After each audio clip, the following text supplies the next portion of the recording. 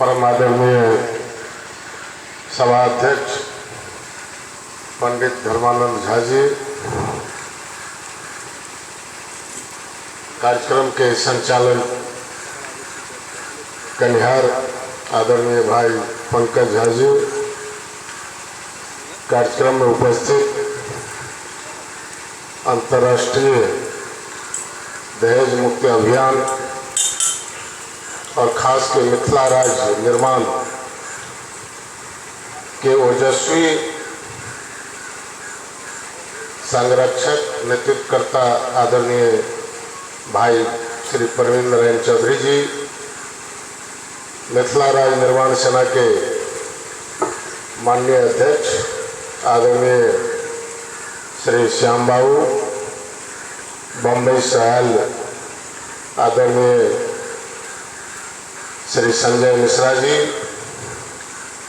आदरणीय श्री राजेश राय जी, सदर आलम साहब, रोशन जी, कृष्ण कृष्णा जी, मिथिला संगीत के वर्तमान रूप में खासकर मैथिली फिल्म गीत नाद के उभरे आदरणीय उदित नारायण के प्रतिवीर श्री प्रवीण नारायण जी, अन्य अतिथिगण, स्वराज सभा के सचिव शेखर चंद्र मिश्रा जी, अन्य आदरणीय अभिभावकगण, साथीगण, वास्तव में हमारा मिथिलांचल दहेज रूपी अभिशाप से बहुत हद तक प्रभावित होइत रहल। पारिवारिक, आर्थिक, मानसिक, शारीरिक, सामाजिक सद्भाव सब चीज कतो न कतो प्रभावित होइत रहल और वह कारण रहल कि हमारे मिथिलांचल खास के मिथिला के गांव अपन आर्थिक दृष्टिकोण से बहुत पिछड़े चल आबि रहल अछि। एकर मुख्य कारण अगर मानल जाए तो कतो न कतो दहेज सेहो एकटा कारण हमरा बुझित भ सकैए। दहेज बहुत पैघ कारण छै, लोग के आर्थिक स्थिति मजबूत होबय में बहुत बड़ा बाधक छै। आब रहल जे दहेज मुक्त मिथिला कोना बने, तो दहेज मुक्त मिथिला कोना बने एहिके लेल जे अब जना सरल ढंग से एक उदाहरण देत हम अपन बात कर रहा छी। हमरा 4टा बेटा है और चारों बेटा के उच्च स्तरीय पठन पाठन में काफी खर्चा भ रहा और कोई खर्च करो के भरपाई के लिए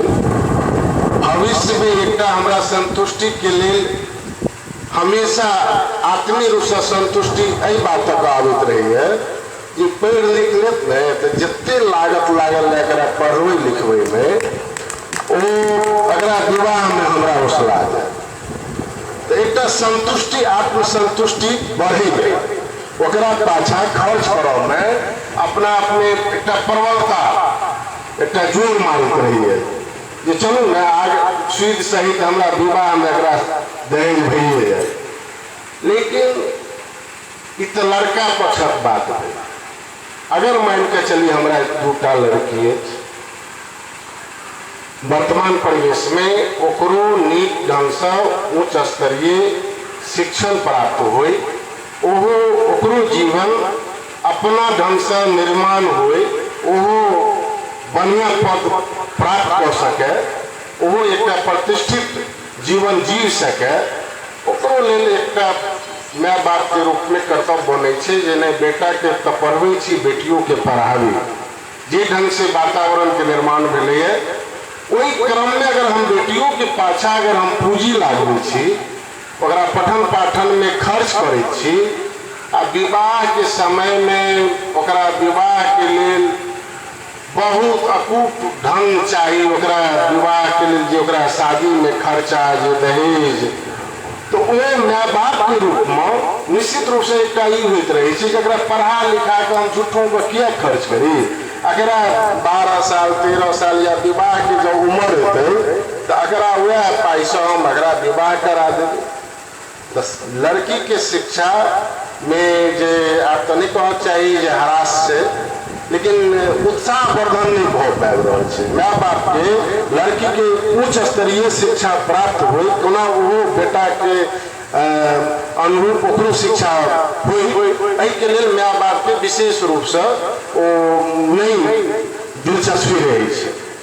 वो निरर्थक बुझे छै, ओकर पठन पाठन पर खर्च करना मतलब निरर्थक पानि में पूंजी फंसना, फिर तब विवाह में ढेर टका चाहिए ओकरा खर्च में, ओकरा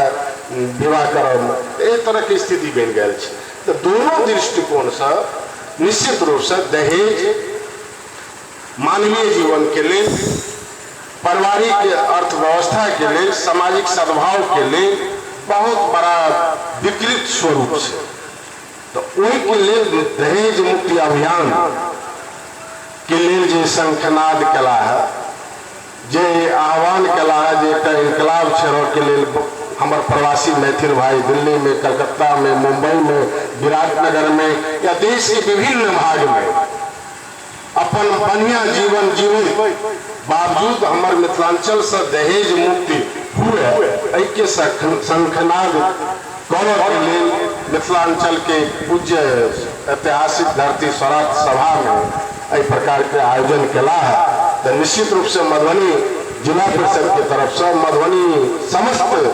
नागरिक के तरफ से आयोजन से जुड़ल तमाम महानुभाव के हम अभिनंदन करते हैं।